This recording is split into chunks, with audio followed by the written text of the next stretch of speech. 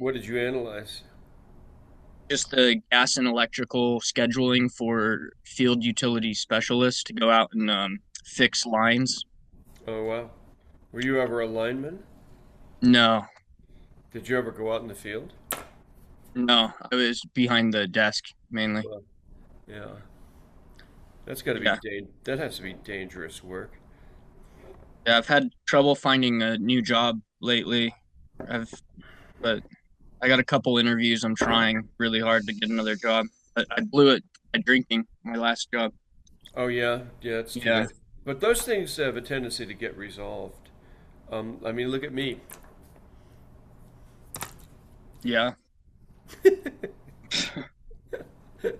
Oh, God.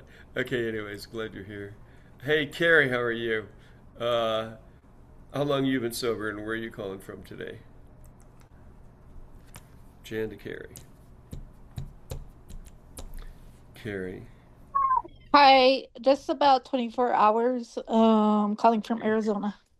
You're in Arizona and working on day one. Okay, Carrie, glad you're here. Elizabeth, where are you calling from? How long are you sober? Hi, I'm Ohio 3. You're Ohio and what? 3. Three what? Oh, days. Okay, and did we give you, are you working on a step? 1. Okay, you're working on step one. I just got homework yesterday for Oh, the yeah? first time. All right, good. And have you started writing? Yes. All right, good. Glad you're here.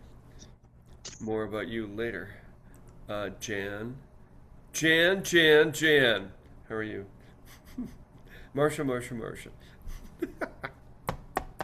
Hey, Jan, where are you calling from? How long are you sober?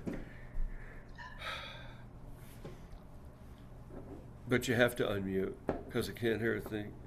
Can't hear anything you're saying, Jan. Um, oh, we have to unmute her. I apologize. Hi, oh, Jan. Here you go. So, Jan, where are you calling from? How long are you sober? You ever been to AA before? Can't hear you. You could text me because your audio's not working. Look at this. There's Jan and I'm Sam. trying to put my video on. No, you can't do that yet, but you can put your audio on. So, where are you calling from? UK. No kidding. And how long are you sober? Um, only 49 hours. Oh, 49. Working on day two. So, good for you. And you're in England? Where are you in England? I'm in England on the south coast. Like Bournemouth? No, in Kent. Kent! Oh, we had another guy from Kent came to this meeting for a while. Well, good for you. Glad you're here.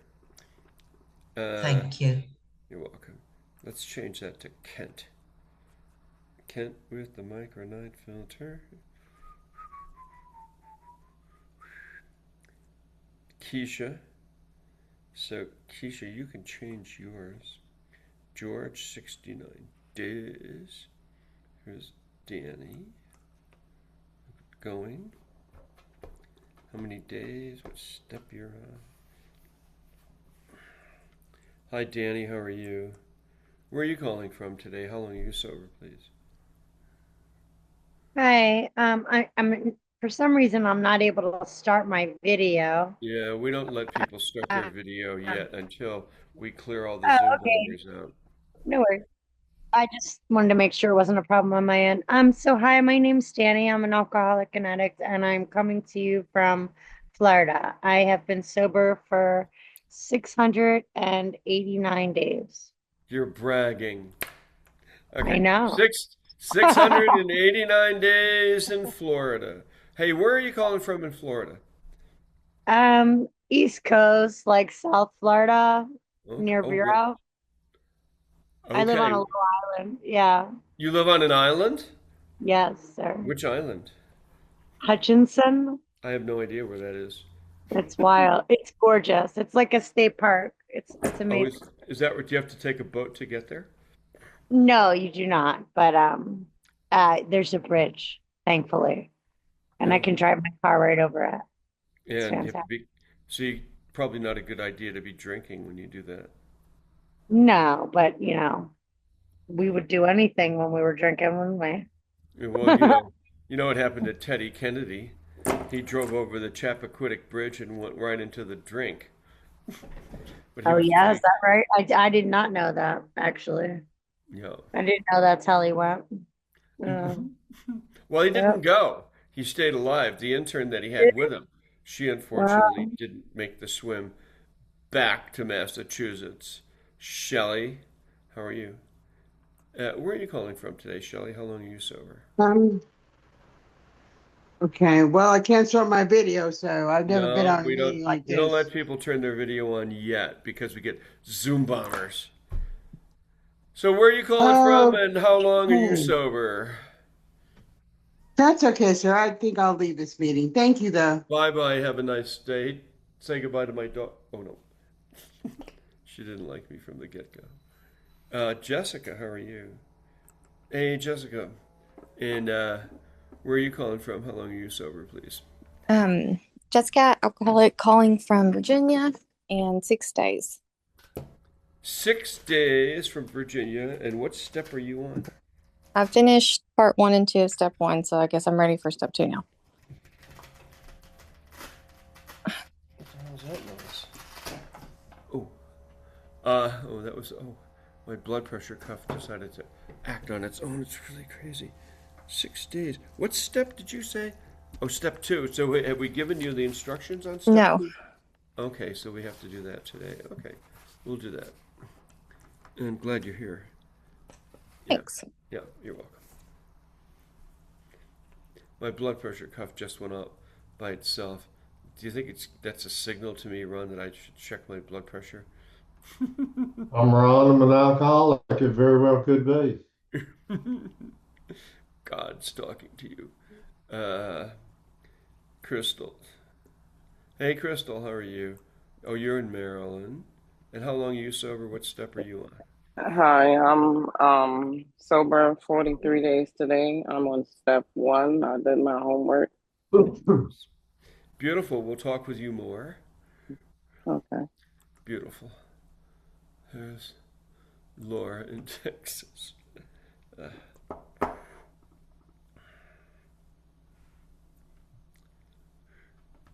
Up, here comes trouble.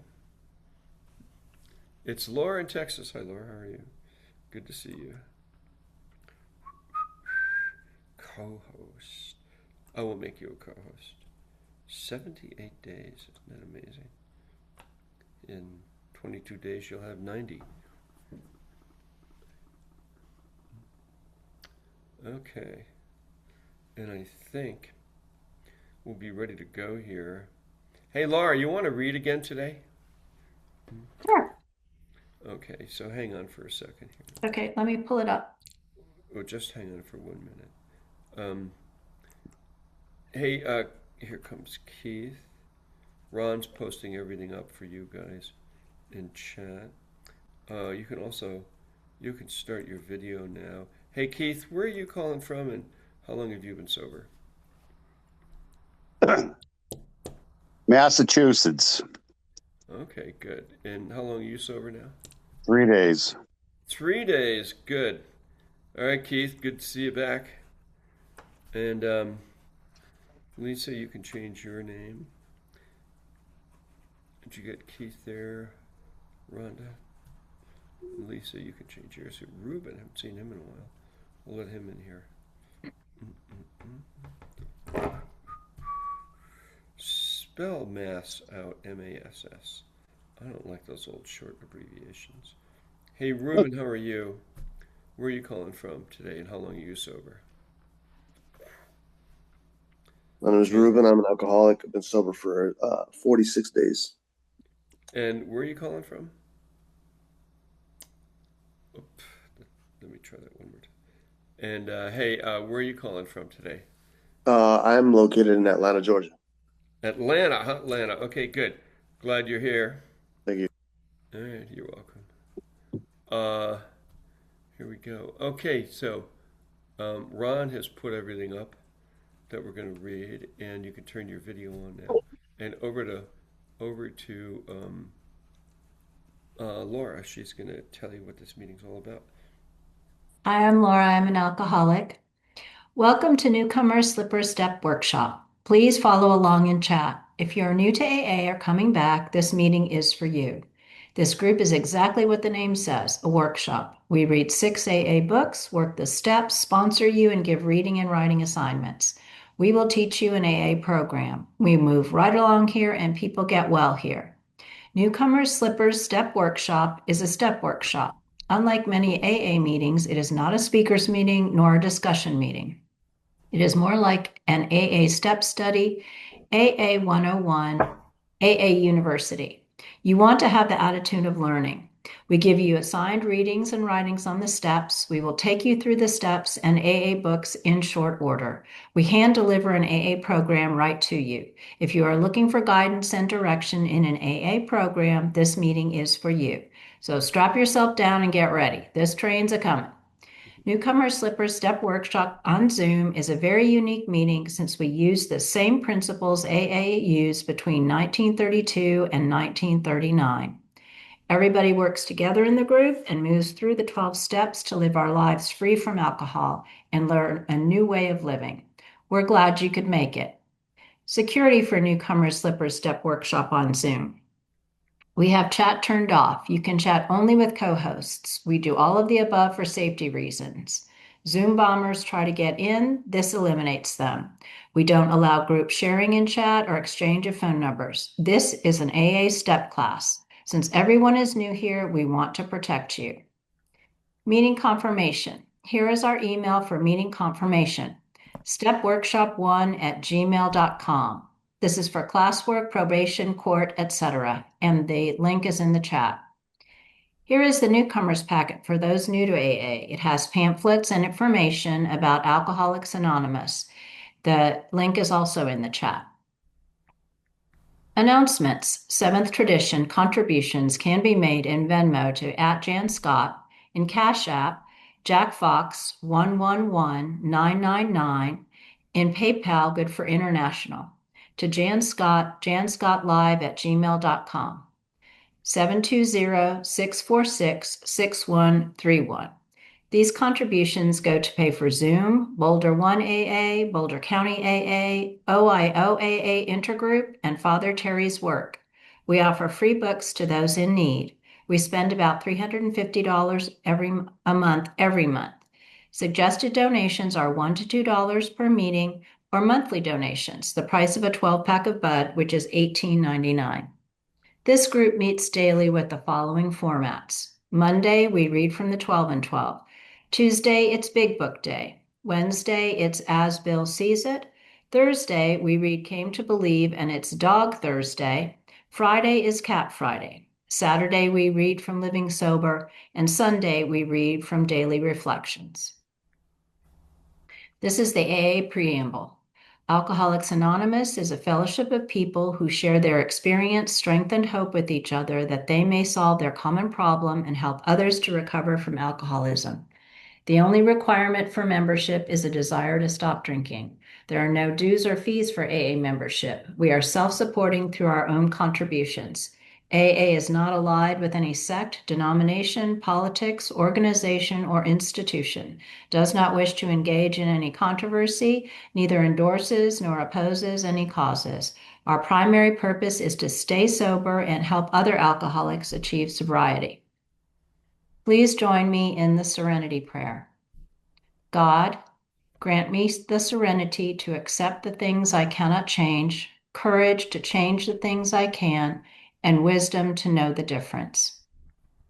New to this meeting, please come for 5 days to see how you like it. Then we will put you to work. This meeting is recorded with audio only for our podcast on our YouTube channel. No video pictures or names show.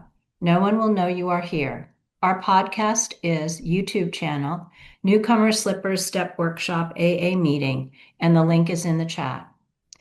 And finally, everyone, please introduce yourself as an alcoholic when speaking. Thank you for being here. And now back to you, Jann, in the studio. Thank you. Hi, hey, Jann, alcoholic.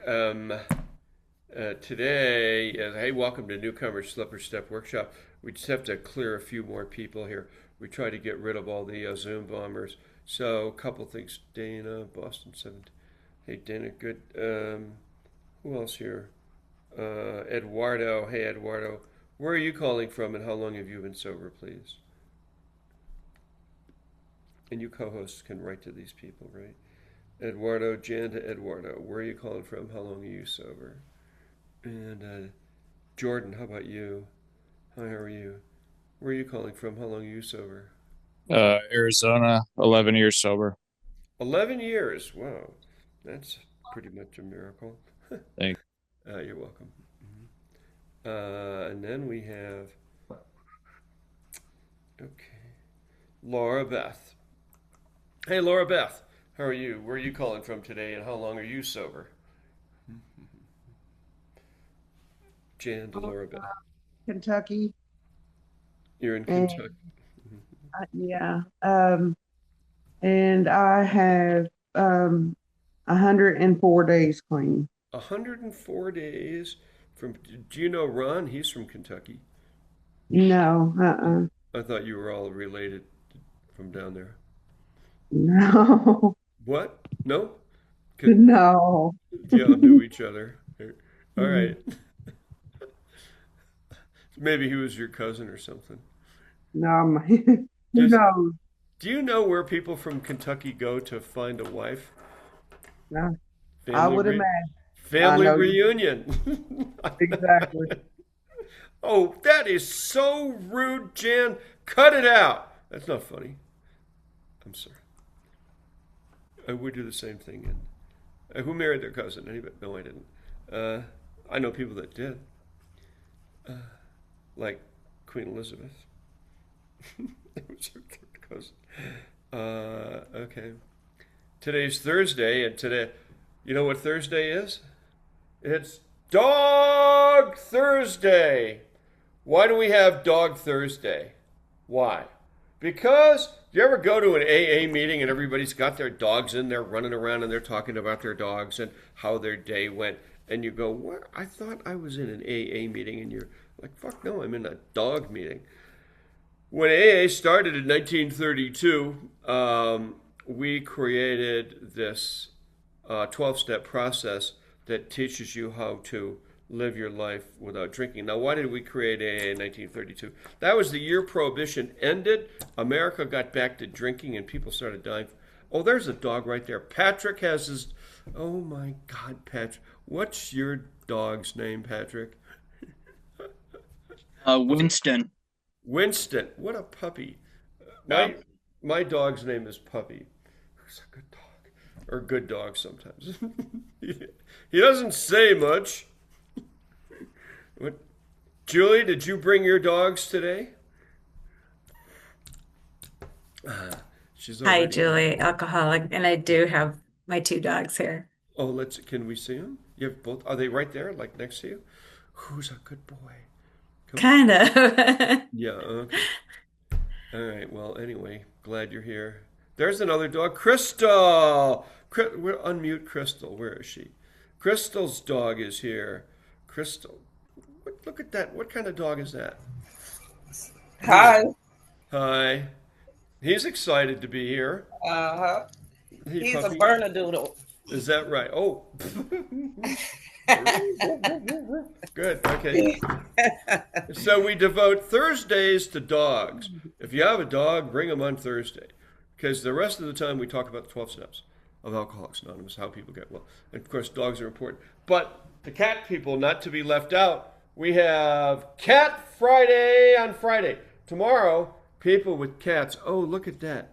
Dana in Boston. Is that a dog you have next to you? What is it? That is a pup. Oh, my God, look at this. Ah! What's your dog's name? What kind of dog is that? She's a Shih Tzu. Her name's Hattie. Oh my God, look at that. Yep. Beautiful. All right, who's Patty? Yay. There. That's what makes this meeting exciting. Where's Terry? Did he show up here? Oh, there. Look at Aaron. Aaron's got his dog. All right, Aaron. What's your dog's name? Jann to Aaron. It's Olivia, Olivia, where are you calling from? How long are you sober? Colorado, Denver, Colorado, 59 days. 59 days from Denver. Okay, perfect. Perfect. Laura Beth, I think she might be showing a dog. Are you showing? Oh, there is a little dog. What's that little dog over there? Is that a dachshund? Oh no, no, that's a. Oh, that's the Budweiser dog. That's Timmy or Yippee from our gang. What was the dog's name in our gang there, Jeff? Do you remember? Petey. Petey. Oh God. Those are both pit bulls. Oh, they are. Oh, yeah. Look at that. Except because Julie has pit bulls. Yeah. They're cute. Okay. Wow. And Lisa has dogs here today. Oh, Lisa, she has a. Hi, Lisa Alcoholic. Yeah, I have a Bernie Newfie Doodle Mini. Oh, and look at Joy's dog is up.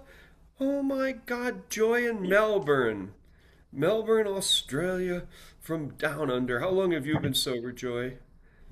3 days. 3 days. Good for you. Welcome. I didn't realize there was a drinking problem in Australia. Oh God, that's where I started. I know. I was sober I never drank until I got here. Oh, is that They're right? big. Oh, the pubs are huge. They're gorgeous and inviting and loud and like old sort I of pubs. became an alcoholic in an Australian bar in London in Shepherd's No Bush. way. Yes, I did. Yeah, it turned me into. Look at that puppy Laura has. So cute. All right, you guys. Wow. Dog Thursdays turned out to be a big hit, huh? George has his dog. Look at that. What's your dog's name, George? Oh, look. Laura has her dog in there. This is Milo. Oh, what a cute puppy. Yeah, this is the day when our dogs climb all over the blood, everything. All right, so I think we're good. So today is, where's Terry? Did he show up yet? Probably not, huh? Okay. What are we reading from today, Ron? I'm Ron. I'm an alcoholic. We're reading from Came to Believe, Chapter 2, Spiritual Experiences on page 7. Page 7. So turning to my page 7 in the book. Okay, I'll open with the first page. Page 7, Chapter 2, Spiritual Experiences. It is certain that all recipients of spiritual experiences declare for their reality. Wow. The best evidence of that reality is in the subsequent fruits.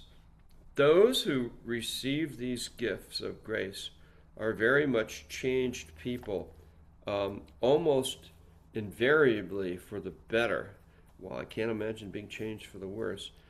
Signed Bill W. It's a talk in 1960. So who has this book and wants to read today? We'll start over on page, whatever page it is. He had been listening. Raise your hand if you want to read. Okay, go ahead, Keisha. You're up. Read the first page. All right. Keisha, alcoholic. He had been listening. In my early youth, I was confronted with a choice: what seemed to be a dull, moral life, or what appeared to be an exciting, adventurous life after a few drinks of alcohol. I'd been brought up in the tradition of a stern and vengeful God who was watching every move I made. I could not work up too much love for that type of deity, and I felt guilty about it. But after a drink or two, I would forget my guilt. This, I decided, was the life for me. It started off pleasantly enough, promoting dreams of glittering fame and fortune, but this life gradually regressed to a constant nightmare of fear and remorse over my condition and resentment and anger at a normal way of life, which went on all around me, but which apparently I could not enter. The truth was that I drank myself out of society, coming by degrees to live in a mental state that sealed off any social or moral contact with anybody. But at that time, I could not see my excessive drinking as the cause. I had become convinced that God and society had frozen me out, denying me the breaks in life. I see no sense in living. I lack the courage to kill myself, but I believe that desperation would have broken this barrier of cowardice had it not been for an experience that changed my mental outlook entirely. This experience came about through the death of my father in Scotland. He had lived a good life in his community and was honored in his passing by all who had known him. I had received newspapers giving accounts of his funeral. That evening, I was seated at a small table in a crowded tavern, drunk and brooding over what I had read. I felt sorrow at my father's passing.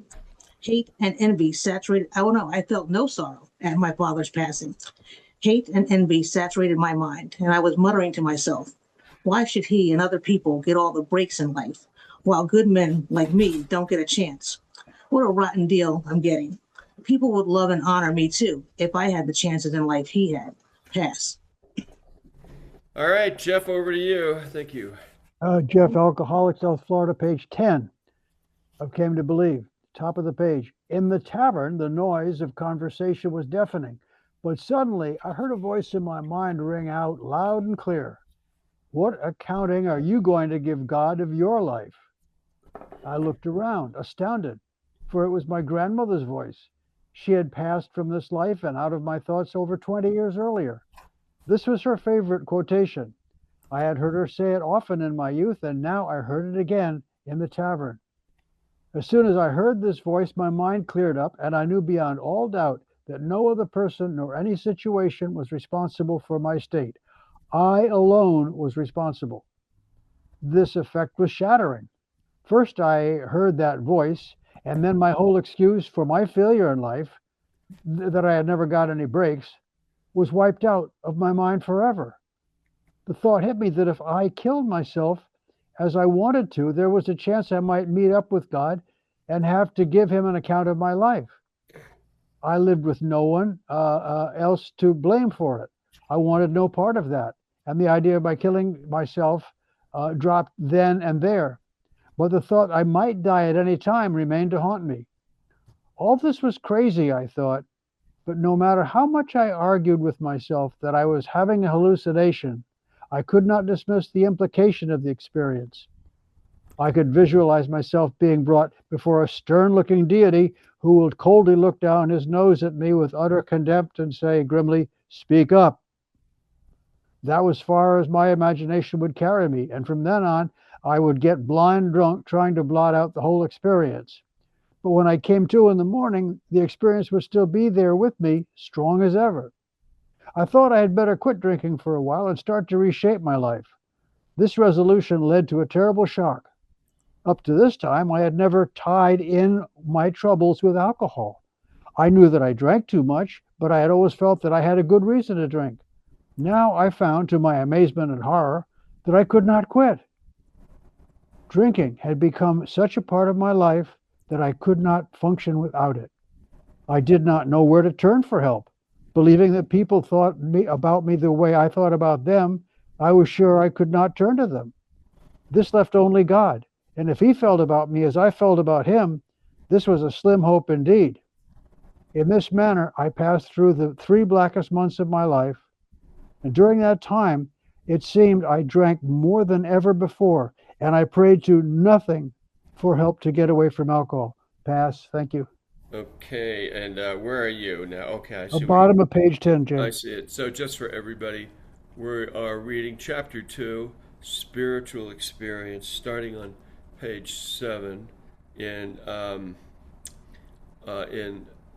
Came to Believe, and then starting with One Morning. Who wants to pick it up from there? Laura, you want to pick it up from there? Do you have the book? Go ahead. Raise your hand to read, kids. Can't hear you, Lauren. Sorry. Okay. One I'm morning. Laura. I'm an alcoholic. One morning, I came to on the floor in my room, horribly sick, convinced that God was not going to listen to me. More on reflex than anything else, I got to work that morning and attempted to make up a payroll, though it was hard to hold my shaking hand still enough to put the figures in the right place. After a great deal of trouble, I finally completed the job. With a sigh of relief, I looked out the window and noticed a man approaching the hut I was working in. As I recognized him, hate surged into my mind. 7 months before, he had had the temerity to ask me in front of other men if I was having trouble with my drinking, and I had been deeply insulted by his question. I had not seen him for months, but my hatred of him was alive and vital as he passed by the hut. Then something happened that he has never ceased to amaze me. As he moved out of sight, everything went blank. The next thing I knew, I was standing before him outside the hut, hearing myself ask him whether he would help me to stop drinking. If I had consciously decided to ask any individual for help, he would have been the last man I would have approached. He smiled and said that he would try to help me, and he brought me to the AA recovery program. In thinking all this over, it finally became obvious to me that the God I had thought had judged and damned me had done nothing of the sort. He had been listening, and in his own good time, his answer came.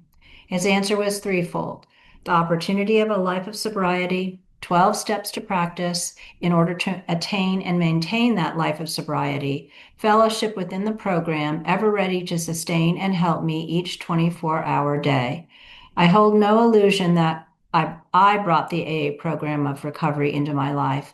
I must always consider it as a gift of opportunity. In the use of this opportunity, the onus is on me. St. John's, Newfoundland. Perfect. Okay, what's the, I apologize here, excuse me. Oops. What's the next one? The next page? The next one is called A Presence. Oh, good. So who wants to read that? Raise your hand to read. Julie, you want to read? Go ahead.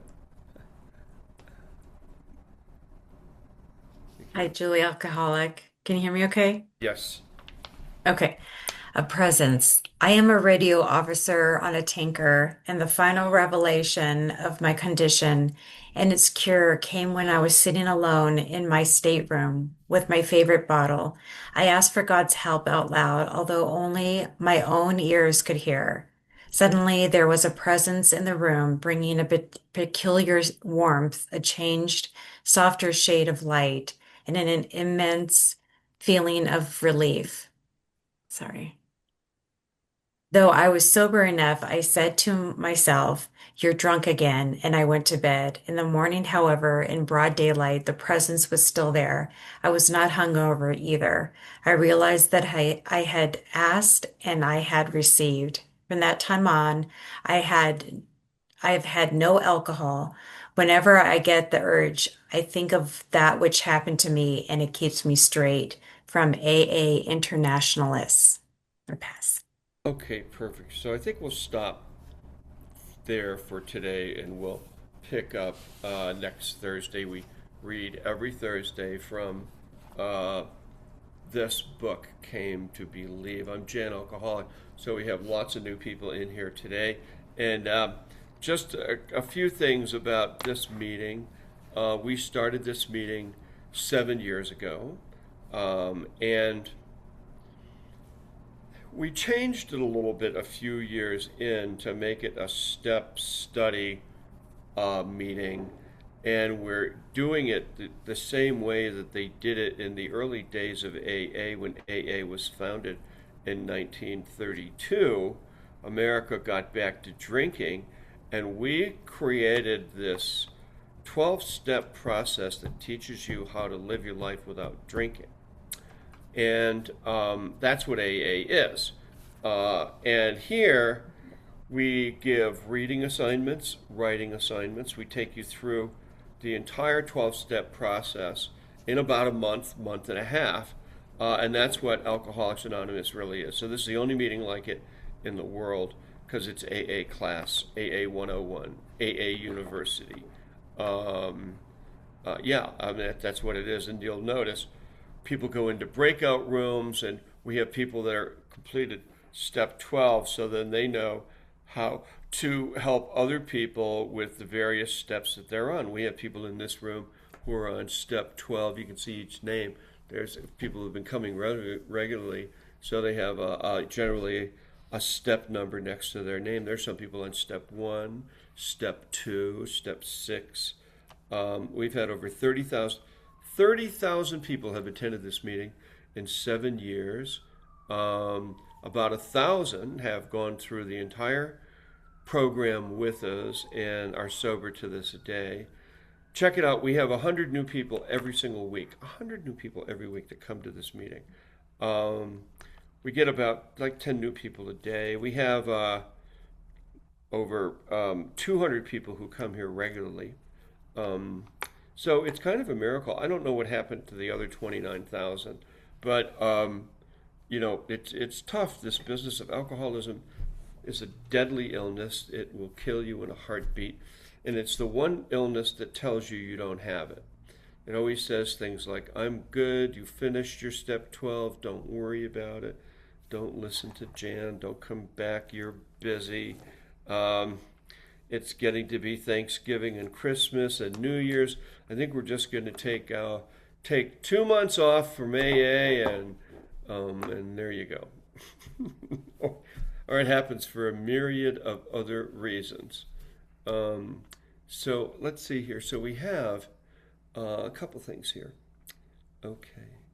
So Patrick just did step 6 and 7. So, and his assignment is you're going to go listen to step 6 in our YouTube podcasts. Okay, Jessica. So Jessica, you're ready to do step 2, is that right? You have to unmute. I'm sorry. Go ahead and unmute. And who else is ready to do step 2? Can you unmute, Jessica? Yeah, sorry, I pressed stay muted accidentally. Yes, Okay. ready for step 2, instructions. Okay. Hey, Ron, is there anybody else here ready to do step 2 that we know of? No? Okay. So, perfect. Jessica, so step 2 is, let's put it up there for her. Oh, it's there. Okay. So step 2 says, made a decision to turn our will and our life over to a power greater than ourselves. We came to believe a power greater than ourselves could restore us to sanity. Step 3 says, made a decision to turn my will and my life over to the care of God as I understood him. But if we don't have an understanding of God, like we grew up in the church but we didn't like that, or maybe we grew up atheist, or we have no idea what's going on, we come to this meeting and we say, oh great, I have to do this thing called, what is it called? It's called came to believe power greater than ourselves could restore us to sanity. So what we do here, Jessica, unmute yourself, stay unmuted. If God were a best friend or a superhero, write 10 attributes of God as a best friend. So we need to create our own God, somebody that we can relate to. So here are some examples of that we've used. Someone who would heal me. It heals my mind. It is all powerful. These are ideas that came out of this group. Someone who will never leave me, always be there for me. Someone who will guide me. A God who will answer my prayers. I needed that. Not abusive, supportive, kind, keeps me sober, won't abandon me. So I needed a God. Bill Wilson had this prayer, if there is a God, will you show yourself to me? And that's when I started to pray. Who are you? Who is God? I need help. And then suddenly, as this one description in Came to Believe, God actually showed up for me, started answering my prayers in small ways. One of the things I always like to say is, don't think just because you asked in prayer about something, when it happens, that it's a coincidence. It may be just that God is answering your prayer. So, Jessica, where are you? Are you still with us here? Or do we lose her? I don't see her. There she is, yes. Stay with me, don't go away. What, do you have kids and stuff in the house today or what? Yes, and people are playing guitar really loud. Oh, yeah. Well, make them go to the basement or into the garage. I wish I had a basement. You kids, get in the garage. Okay, anyways, so start writing about this. Okay. Okay, so you want to start praying, pray a little. Do you believe in God, or do you have anything going Yes. on in the God department? Yes. Like what? A Christian God. All right, yeah. So anyways, this is our little process here. All right, so and everybody does it, and so go ahead and work on it. Okay. All right, good. Now, who else is here? Anybody else here in the second step? Terry, how are you? What do you think about our little process here in the second step, Father Terry? Well, in some ways, no matter what we're told about who God is by anybody, we tend to place adjectives, if you will, on that God. So in some ways, we let ourselves get comfortable. You could say, create my own higher power. We just get ourselves comfortable with something that has helped us to stop drinking. The two stories you read shows that there was something. The fellow who hated some guy who walked by, and the next thing he knows, he's outside asking him for help. He doesn't know how it happened. So, what power got him up and moving? Since it wasn't anything he could think of, that was one. And I think the story right after it about some presence, calls it a presence. So I think whatever the experience is of not drinking, once we say, well, I'm not drinking and I never was able to stop drinking on my own, then you begin to develop some sense of, you can say higher power, but you like to put a little adjectives on it, like loving, caring, listening, tender, non-judgmental, things like that. Someone might put on their who they think their higher power is. I mean, if you read the Bible, you could read the 150 Psalms of the Bible, and there's all these images of God. There's the warrior God, and then there's the tender, loving God, and so on and so forth. So there's all these images given of God depending upon who's writing. You came up with two Psalms the last time we were here. 139 and 51. Oh, I think it's 139 and 90. What are they? You can add 51. 139 and 90, I think, were two. And yeah, those would be two. These apply to alcoholics, you think? Well, I think so. You know what? See, when I first came to AA, people would talk about God and the second step, and I'd go, really? Come on, I don't want to do this. And then I got sober, but I kept going down, down, down, feeling worse, worse, and worse, until I was just a puddle of tears sitting on my living room floor. Then I had to ask for help. What is the story with that? That's a dry drunk.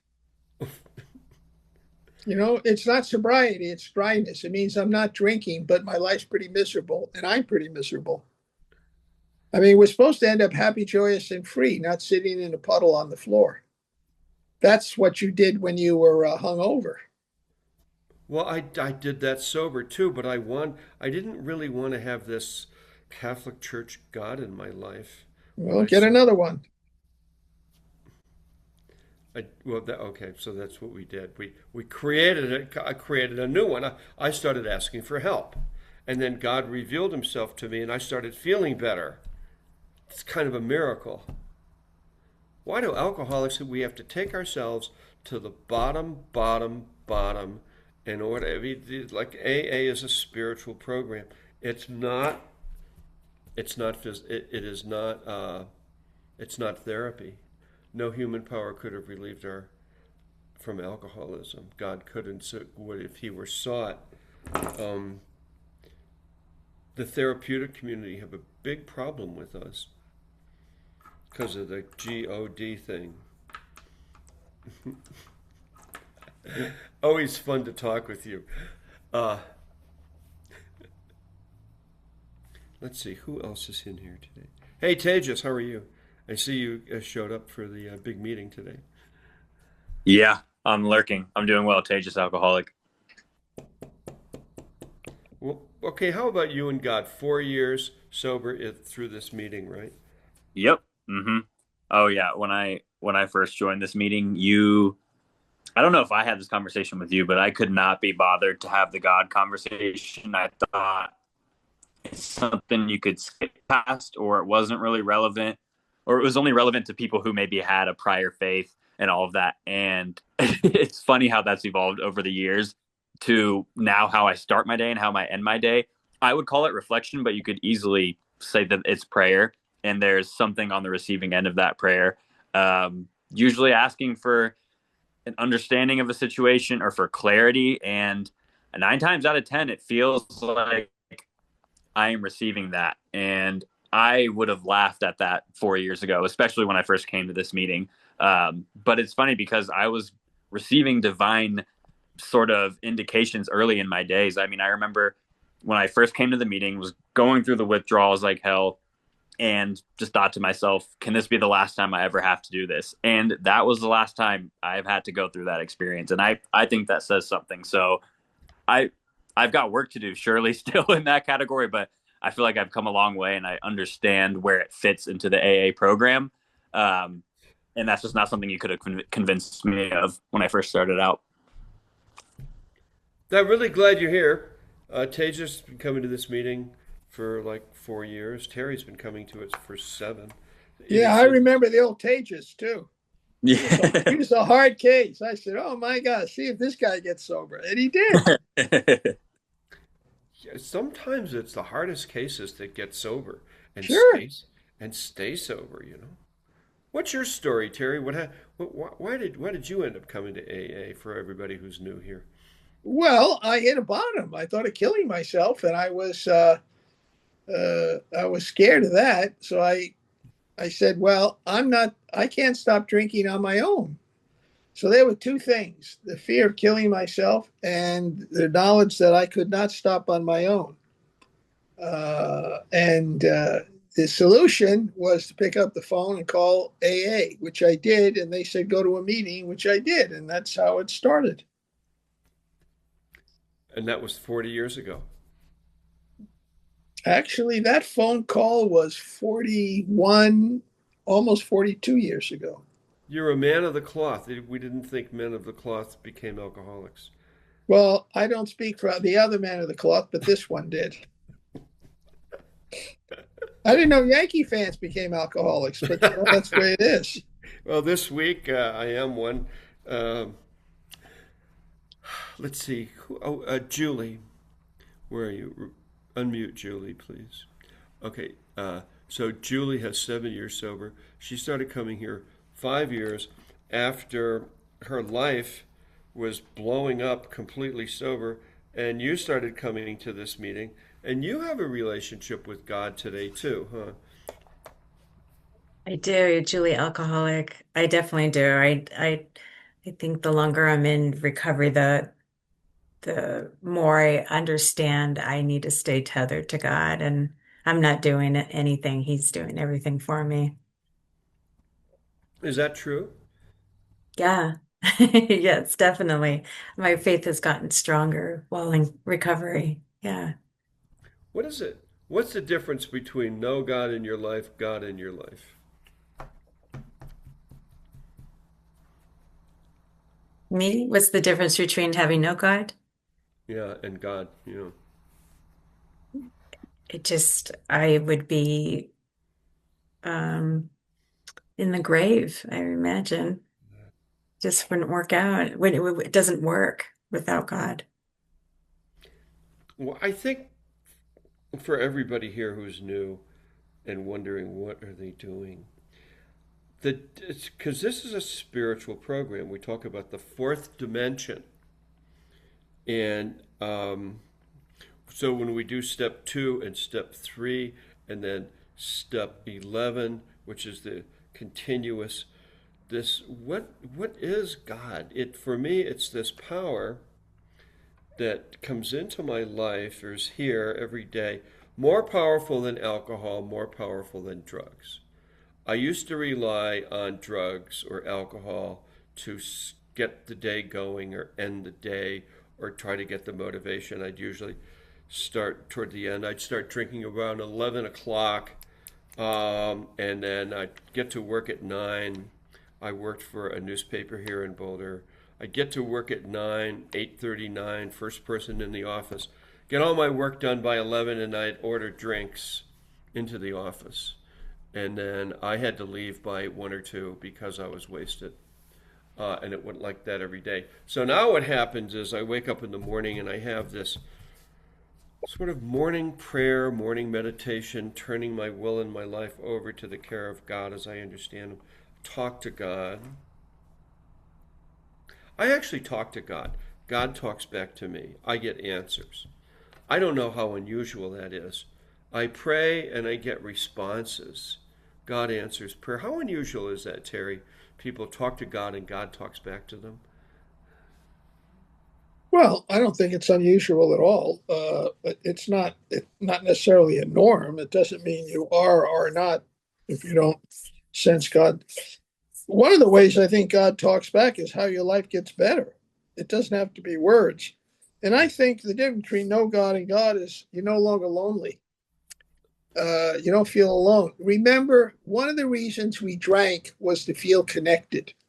If you ever remember walking into an event, even if you drank alone near the end, early on, you walked into an event and you felt better when you started drinking. You felt more connected. And yet, you weren't. You just thought you were. Because once you stop drinking, if you approach some of those same people, they would probably hardly remember you one way or the other because they probably were drinking too. So we drank to feel less lonely, many of us, and it didn't work. But God is a relationship. Whatever you think about God, it's relational. And any relationship has some back and forth. So as Tejas said, he has some reflection time and ask things in the morning, and his life is working out. That's part of the response as your life begins to work in a different, better way. You don't end up in the grave, as the young woman said. We sort of drag people through the steps in here if they stick around long enough with us. We start with step 1, go to 1, 2, 3, see if people can make a connection in step 2, see if they can make a connection in step 3, reading those pages 60 through 63. Hey, Tiffany, you're on, let's see, did we give you the instructions on step 1 yet? Hi, yes, I finished step 1 yesterday, the first and second half. I've actually been working on step 2 since you started. Okay. Well, Yeah. let's talk about, can you read one that you feel comfortable with from the first half of step 1? Sure. Mhm. So step 1, oh, hi, Tiffany, I'm an alcoholic. We admitted we were powerless over alcohol and start with the last time you drank. November 12th, and what did I drink? Absolute vodka. I was with a family member, and what happened that led to poor health and homelessness. 5, the consequences were staying at an Airbnb, which is what I'm currently doing. All right, perfect. So that's, are you an alcoholic, you think? Yeah. All right, good. All right, the second half of step 2, we came up with different unmanageability of my entire life. It's in chat in the following areas, which would be school, kids, jobs, relationships. So the unmanageability of my entire life. Write about the unmanageability of my entire life. Drunk or sober, because I had to do this sober. My life was unmanageable sober.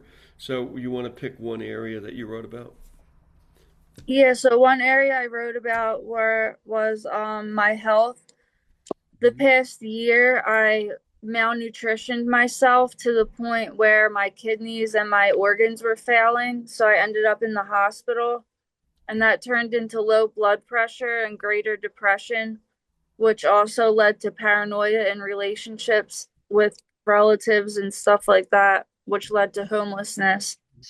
So right now, I was blessed because my mom sent me to the hospital and they found out that my blood pressure is very, very, very low, like the low 50s, like barely 50s. So I'm feeling blessed because since I've gotten out of the hospital, I'm on my blood pressure medicine, and that's helping tremendously with everything. You have a place to live now? Yes. Where are you living? Philadelphia right now at an Airbnb, but I'm working on closing for a house in Paulsboro within the next. That's pretty amazing. You go from homelessness to closing on a house? Yeah. How'd you do that? Well, we've been working on getting the house. I just haven't really been doing anything else but that, and the lease ended on the 31st, which was the same week I went to the hospital. So we kind of just ended up here in an Airbnb for the time being. Well, anyways, I'm glad you're here. Keep coming. You have 8 days, and your plan is to work through all 12 steps with us. Yes. Program, right? All right. Good job. Way to go. Hey, Crystal, you're on step 1 too. So have we given you the instructions on step 1? Yes, I have both of them. All right. And you want to share one from the first half? You talking about my last drink? Okay. My last drink was October 7th, 2025. It was vodka and coconut water. I was with a friend. I had no consequences because I was on my way to detox. Okay, good. And I did the law. I had 3 DUIs, went to jail 2 times, and had to pay a lot of money. That's it. No, 43 days sober. Okay, and you said you worked on the second half of the first step, which is unmanageability of my entire life. You want Yes. to share one of those categories with us? Yeah, the law. Oh, the law. Oh, you just did. Okay. Yeah. Good. All right. So you're ready then to move on to step 2? Yes. And did you see the instructions there that we put up in chat that I gave to Tiffany? I think I gave to somebody. We put them up again. Here they are. I got it. Okay, so it's we've been talking about step 2 all day here. Came to believe power greater than ourselves could restore us to sanity. If God were a best friend, superhero, right? 10 attributes, Terry. 10 attributes of God as a best friend. See, I needed somebody I could talk to. I needed to have my prayers answered, Father Terry. What do you think of that? I needed communication. I needed to be, who are you? Are you there? And what happened? He talked back. Okay. Seriously. I was like, and I felt better. All right. Life got easier. Something else happened too. I couldn't rob the 7-Eleven anymore. So if I were going to go into the 7-Eleven and rob it, I would get a message from God. No, don't do that. My conscience would speak to me. And if I proceeded in, my engine would blow up in the 7-Eleven parking lot. Now, I actually never robbed the 7-Eleven. But if I were going to do something like, I am going to tell that person, or I'm just going to go, I am going to get back, things would intervene. And I'd be like, so, I think we are answerable. The big book talks about we alcoholics are undisciplined and we ask God to discipline us in a way. And I know the church talks about that too. But I really experienced it. I thought, I better pay attention to this. Because if I'm going to start out to have retribution, get back at somebody, you know, vengeance or, you know, anything, this God of mine seemed to get. Do other people experience that? Anybody else? Does that happen to anybody else in here? Raise your hand if you feel like God gets right in the way of you doing something. Is it just me? I see it's just me. Terry, what do you think? It's just you, or they haven't had enough experience. No, Keith and Crystal, God stops them. You know, I'm like reticent about committing evil acts because I'm afraid, you know, like I'll get in a car wreck. I know this sounds crazy, but I'm telling you, this happens to me. It's like I didn't stop doing bad things because I'm suddenly a good person. I stopped doing bad things because there is, well, there are consequences. Well, okay. That's a good reason. You're a lot of fun, you know that? That's a good reason. You're being this way because I had a Dodgers hat on the last time. Tiffany, go ahead. You were going to say something about all of this. Oh no, I was agreeing with you. I feel like if I do something bad, then something really bad's going to happen. I was agreeing with you. Yeah, it's like right then. It's like they often say that God is like, you know, the proper father that we have that disciplines us when we're a child getting out of line. So if I'm getting out of line, lying, you know, cheating, any of that, I get like, bam. Yeah. Then people often say, well, I want a God that's not judgmental. But isn't that God's job to be judgmental? Well, ultimately, many of us believe there's some judgment, but it's always with forgiveness and reconciliation and love. I mean, if we're making our best efforts, but we're human, so we sometimes don't do the right thing, but pick ourselves up and go on. For step 2, I wrote one of them was feeds with constructive ideas instead of judgment. Perfect. All right, let's keep moving here. Hang on for a sec. I'm sorry. Oh, Elizabeth in Ohio. Lots of people on the first step here. Elizabeth, you're on your first. Did we give Hi you there. the instructions? Hi, did we give you the instructions on step 1 or no? Yes, you did. Have you written anything on I that? did. Okay, what'd you come up with? So even though I did write about the last one, I had a long list, and actually I had to stop myself because they said like stop after 30 minutes. So I'm definitely going to go back, but Yeah, you can write. We've had people that come up with 10 incidents, all as many as 400. oh So yeah, you're I fine. got plenty. And Okay, good. but the one that was like a big deal to me was last winter. And I was by myself, and I was drinking at my house, and then I went out. I don't honestly remember what I was drinking, but I went out to get a cheeseburger and came back driving and wrecked my car into a landscaping rock on my street. And that was a huge wake up call for me because I didn't even remember that. I knew that I had broken my tire, Yeah. but I didn't realize that I had like wrecked the entire front end of my car. Listen, it's And always a cheeseburger, and it's always driving into a landscaping rock.